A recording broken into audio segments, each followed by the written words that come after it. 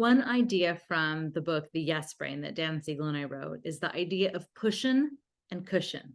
This is to the idea of how do we know if we should push our kids into doing something that they are not comfortable with, something they're resisting or refusing. If your child is dealing with anxiety or tentativeness or nervousness about something, it's really important that we really tune into them and how they're feeling and do the right amount of pushing. Here's why. Let's say you have a child who is a slow to warm up kind of kid and going to like a birthday party or a first day of school or showing up to a sports practice at the very beginning of the season is a little overwhelming to them. They might feel some anxiety and some reluctance, some refusal, some oppositionality. If you push them too much, if you are like, it's no big deal, why are you making a big deal? So we criticize them. And then we just say, too bad, like you signed up for this, you wanted to play, you're going, and you just force them into it without any kind of cushion. It's just all pushing. What can happen is it can be counterproductive because it might feel so big and overwhelming and anxiety producing for them. And keeping in mind that the brain is an association machine, the nervous system remembers these experiences. So in those moments, they can feel like, oh my gosh, that was so terrible and so uncomfortable. I never want to do anything like that again. And so it actually is counterproductive in kind of helping them toughen up. Instead, some parents go to the other extreme, which is like, oh, you don't have to go if you don't want to go. If you're uncomfortable, it's okay. Like, I'll just call the coach, or you don't have to go, or I'll hold your hand the whole time.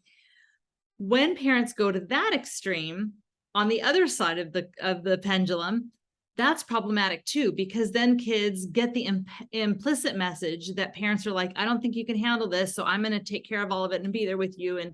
And so basically we're giving too much cushion. The way we decide how much push and how much cushion is to tune into your child at that moment in development, in that week, in that day, and to push them a little bit outside their comfort zone. So you are doing a little bit of pushing, but you want to provide enough cushion so that the experience is pleasant enough that they're willing to do it. So for example, I remember one of my sons was very much a slow to warm up kind of kid, and getting to practices early where he was one of the first kids there and other kids would come one at a time was much better for his nervous system than walking into a whole group full of kids. But I remember one time at a birthday party, he didn't want to go anywhere near the character that was, dressed up and all the chaos and all of the commotion and all the kids. He didn't want to go anywhere near.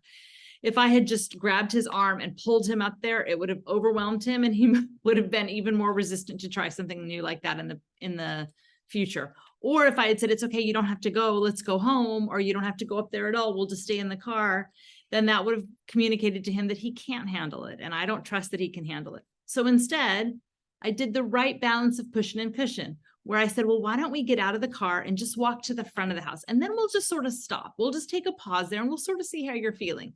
So we would walk up and we would give him a minute. And then I would say, why don't we take 4 more steps and see how that feels? And I would stay with him and help him warm up with these little baby steps, these little titrations that were uncomfortable to him, but still tolerable enough and pleasant enough. And he was interested enough to push through.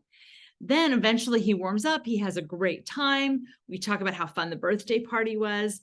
And his nervous system has an experience of, that was really fun. I was uncomfortable, but I did it and it totally paid off for me. So this is how we do pushing and cushion, is we're monitoring our unique individual child with enough safety, but not so much cushioning that they never grow.